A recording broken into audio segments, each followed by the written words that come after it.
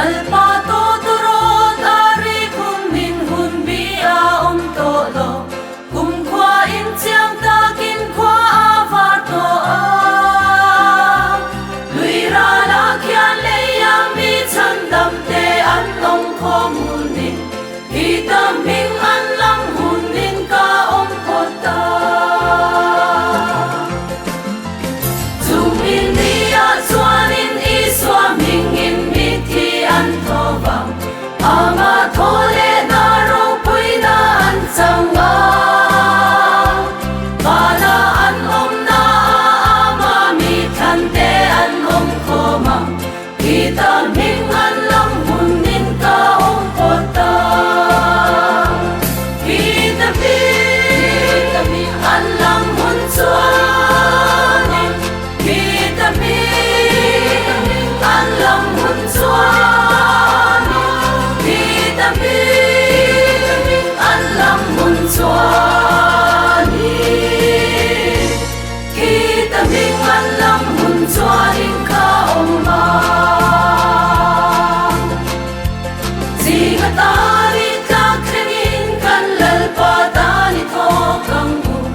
amangai na mag song song ishil ang u in kan ni kan tum toy so hunin kan thorin so hunin kita ming an lam hun nin ka om kota kita ming an lam hun chuani kita ming an lam hun chuani kita ming an lam hun chuani kita ming an lam hun chuanin ka oma